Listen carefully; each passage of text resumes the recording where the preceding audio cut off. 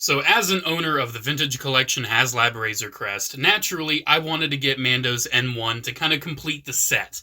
Because I love the N-1 Starfighter, and I've never had a Hasbro toy representation of it in my collection. And as soon as I was about to get one, it showed up in the Mandalorian, and the original Phantom Menace one skyrocketed in value. But I knew Hasbro would give us a Mandalorian version, and thankfully they did in a pretty decent time frame. It could have been better. It's about a year and a half out from its original debut, if I'm not mistaken, so it's been a minute, but it's still nice to have it. It's a really cool vehicle. It is a little on the expensive side. I really don't feel like there is $130 worth of a vehicle here, especially since I'm kind of a cheapskate, and when I see a vehicle like this, I'm just used to its original price of, say, $50-$60. That's what it kind of would have been back in the day. And the fact that it's not all painted silver either, when I opened it up and I'm like, oh, there's just pearly gray plastic in here, I was kind of taken aback. Now, granted, there is silver, obviously, but a lot of the spaces that used to be, say, yellow on the original are just a pearly gray. And it kind of makes sense, this is like the plated version, like the plated area. They did have the full plating in the N1, and I do think there's a slight difference in the tone. But still, the fact that it's this pearly gray silver, when I opened it up, I was a little disappointed, especially for the $130 price. Now, granted, this was a birthday gift, so I did not have to pay for it, and I'm very grateful to my brother and his wife for giving this to me for my birthday. Thank you very much. But it's, it's still something where I opened it up and I'm like, $130? Really? I don't know. Because I don't really get a lot of TVC vehicles. I don't. I didn't get the hover tank. I didn't get the past few X-Wings they've done. I just don't get a lot of the vehicles because I don't feel like they're worth it, and I don't have the space for vehicles. But this one I really wanted. Really wanted this one. So let's stop rambling. Let's go ahead and kind of get into it. By starting with the box, because I like showing off TVC boxes. Am I going to keep this box? Probably not. I don't really have the space to keep boxes like this. But still, it's cool. It's a classic TVC box. We get to see the ship. We get to see the figures included. And it is nice you actually get the figures with it. I think that's a really nice feature included with this. You do get one figure, even though you kind of get two, because you get Grogu. Down there, it kind of shows off everything you get. Actually, it doesn't show off everything. It's technically missing a couple little features. Going on the back here, it's pretty much the same image, just kind of mirrored, kind of typical for like a classic vehicle box. On the side, it's kind of hard to show. You can see him in the cockpit. You can see him putting a panel on. And on the other side, what kind of pictures we have? We have R5 right there, which is not included. I feel like he could have been. Kind of a shame that he's not. And just another picture. And then on the top, we have him just working on it with that panel off, and Grogu's just cheering, I guess. I don't know. But yeah, cool box. Definitely don't need it in my life anymore, though, so I'll probably just trash it. And while I'm at it, let's go ahead and talk about the card back. It's a nice card back. It's right when you opened up the cockpit and just kind of looks over, and you can see Grogu all happy up there. It's cute. It's actually one of the better Mandalorian card backs I think I've seen in a while. It does call out N-1 Starfighter, and we can see the figures on the back. It's pretty much the latest TVC wave. So Vader, Han, the amazing Cad Bane, Boba Fett, pretty solid wave. And now that we have brought the vehicle back, we can begin to talk about this itself. And it is honestly pretty impressive. There is a lot of nice little detail, especially like in these engines. You can see some little subtle like black and gold paint in there. It's actually more like a copper paint. But again, you can see that pearly gray plastic, and it's got the swirl in it too, so it does kind of make it feel a little cheap. You do have these pieces that are kind of like the weird little fins that the N1 always had. There is some shading right there, but those are pieces you just plug on. It does have these separate little pieces down here that are like guns, I guess. Those can also be removed if you kind of want to make it look like he's working on the N1. I do love how it's on a ball joint on this base. I think that is really cool. And the base does match the Razor Crest. Now, I do need to address, I do have the Razor Crest, like I said, but I never reviewed it. Do you want to know why I never reviewed it? Because the literal same day that I received it in the mail is when I pretty much broke my leg. So I just never got around to it. I probably never will. Especially since it's not a product you can like go out and buy anymore. So it's kind of like, why review it? Here's this other side, and then it does have this separate little panel right here so we can see some more detail. The instructions almost make it look like there's 2 of these included, but there's just the one, so keep that in mind. And the best way to tell what side it goes on is because there's that little notch right there, and it kind of lines up with that sculpt. You can put it on this side if you want. It is something you can do, but then that little notch is just hollow, so keep that in mind. You know, it's just an option. I think this is such a cool vehicle for Mando, though. I really do. I love almost like this rib cage look around the side. I think that's really neat. Some little subtle yellow remnants from its Naboo origins. Some more little like rib cage detail. And I don't know, though. The gray plastic does have a decent shimmer to it in certain lighting, but other times it looks kind of cheap. I don't know. It's kind of random. Back here, we've got this very long tip, which is making this very difficult to film. It does have some silver paint. It looks pretty nice. You can remove it, and when you remove it, and it's not super easy to do so. Let me do it off camera so I don't break anything. When you do remove it, you can remove this thing. I remember this in the show. I remember Mando like loading this up as like an element of the vehicle, but I don't remember what this is. I will actually allow you guys to tell me in the comments this time. I don't feel like looking it up and like rewatching the whole episode. So yeah, it comes with that kind of a cool little detail. If you want to kind of make it look like he's assembling it, you can have him look like he's putting that in. It'd be kind of nice if they gave us a Peli Motto figure to go with this, since she had a pretty big role to play in the assembly of this vehicle. But, you know, maybe we'll get that someday with, like, the pit droids and all that. I do want to show you the underside of this vehicle and how it works with its other display stand, because it does have another one. So we can see the underside's pretty plain. It's just the silver plastic. It doesn't look bad in certain lightings. In other lightings, you can just see the pearliness a lot, and it's kind of frustrating. But this is this display base. It's just a 2-piece base. But we do have this one as well. This is a 3-piece base. And this can be used to kind of just make it sit a little bit more straight. Like if you want it in like a more realistic diorama without just a big black base that says The Mandalorian, this is a good way to kind of make it look like it's landed or something. So I do appreciate that base. I really do. I think it probably goes this way. I think it goes this way. Yeah. Yeah, it goes that way. It's actually pretty nice, though. I definitely do enjoy that inclusion, but it's probably something I'm not going to use. All right, now that we've talked about a lot of the vehicle stuff, let's start getting up here with the cockpit.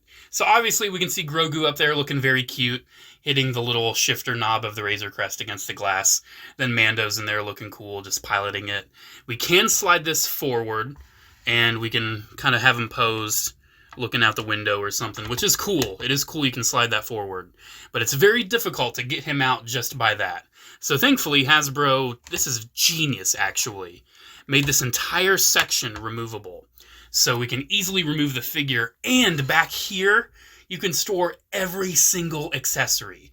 The jetpack, the Beskar spear, the Darksaber, the guns, the knife, everything can go back there, and it is so ingenious. Pretty much the only pieces that are left off of this vehicle, pretty much whatever display base you do not use, and an alternate piece to get the R5 dome on, and I will show that a little later. So let's remove the figure so we can get a closer look at the cockpit, and also remove these accessories so we can get a closer look at the figure. So getting a closer look at this space, you can see there's not a lot of paint. It's pretty much just some little screens. You can see back there where all the accessories just kind of slot in and fit in. But the chair does have some paint, so that's pretty cool. There's some little like accessory detailies in there, you know, various controls. There's some greeblies underneath there, which is cool. It's just nice. It's nicely done. What can I say? So Din Djarin himself. This release is very nice for those that didn't want to get that like HasCon, PulseCon, whatever multi-pack, because we get the Beskar spear, which is awesome. This is my first time with the Beskar spear because I did not get that set with like the Flame Dark Trooper. I just didn't need it. It just didn't seem necessary. We do get the jetpack on this one, which is nice. Just plugs in per usual, you know, plug it in. It does get in the way of the cape, so keep that in mind. It is a soft goods cape, so that's good for, you know, displaying him actually in the Razor Crest. He does come with his little knife, too, which is cool. He's got his little knife. I don't think he has anywhere to, like, store it on his body. Like, he doesn't have a sheath or anything. But he does also have his little pistol. Since his cycler rifle, his Tusken... It wasn't a Tusken cycler rifle. It was just like a cycler rifle. It was the one that disintegrated things. His sci-fi plasma whatever disintegrator rifle. It got destroyed with the Razor Crest. So that's why it's not included here. I don't mind it. You know, it just would have ended up inside it anyway. But we do also get the Darksaber, which it's definitely nice to have another Darksaber, because I'm pretty sure the only other one we've really gotten is like with Moff Gideon releases.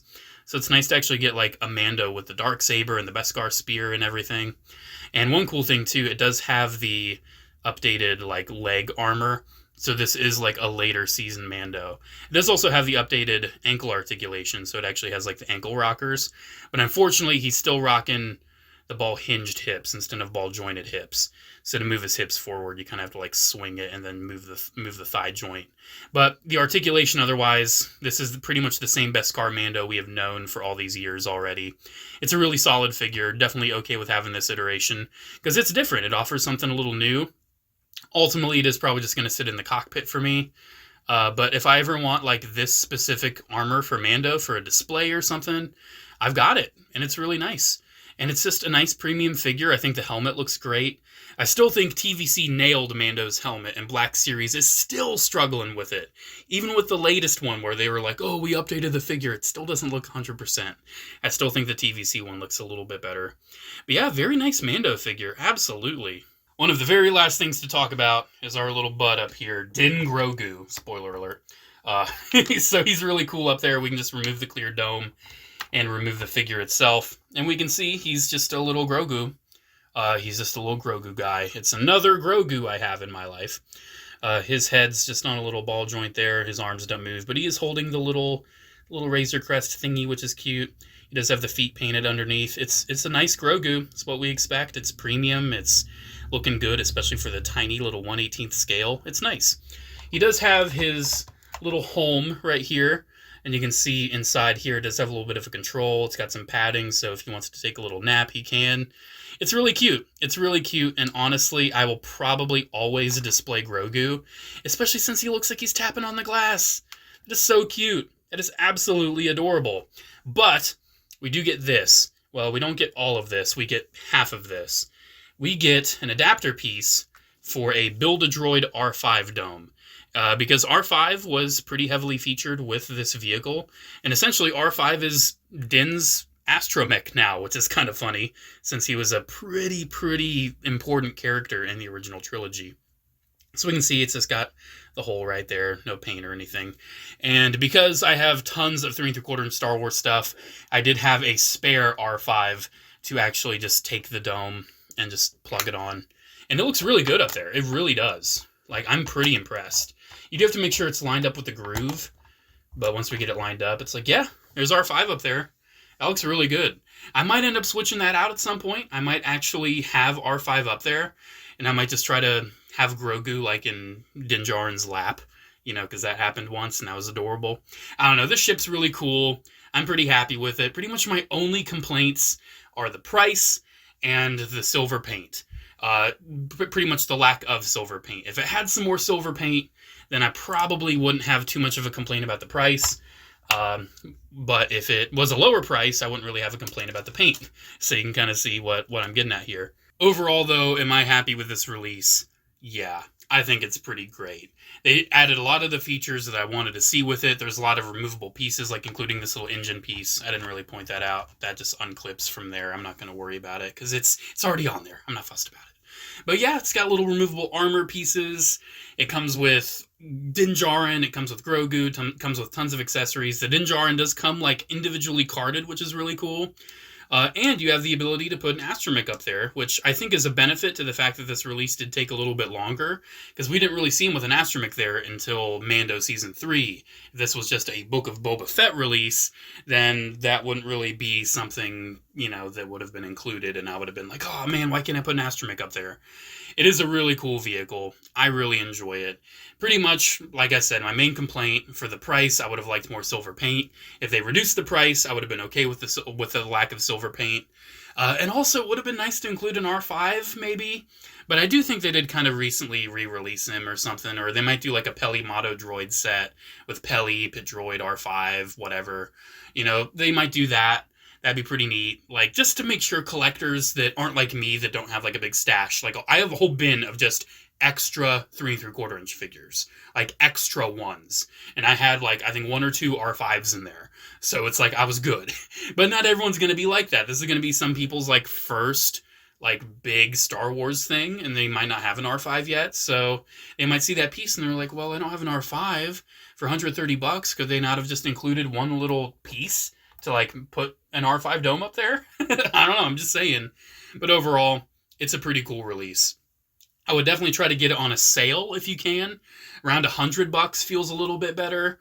Under 100 would be great, but it's still a nice vehicle. I'm very happy with this. I don't get a lot of 3 3/4 inch vehicles, nor do I review a lot of them, but I really wanted to review this one, especially since it was a birthday present, and it's kind of hype. You know, it's Mando's N-1. It's kind of hype.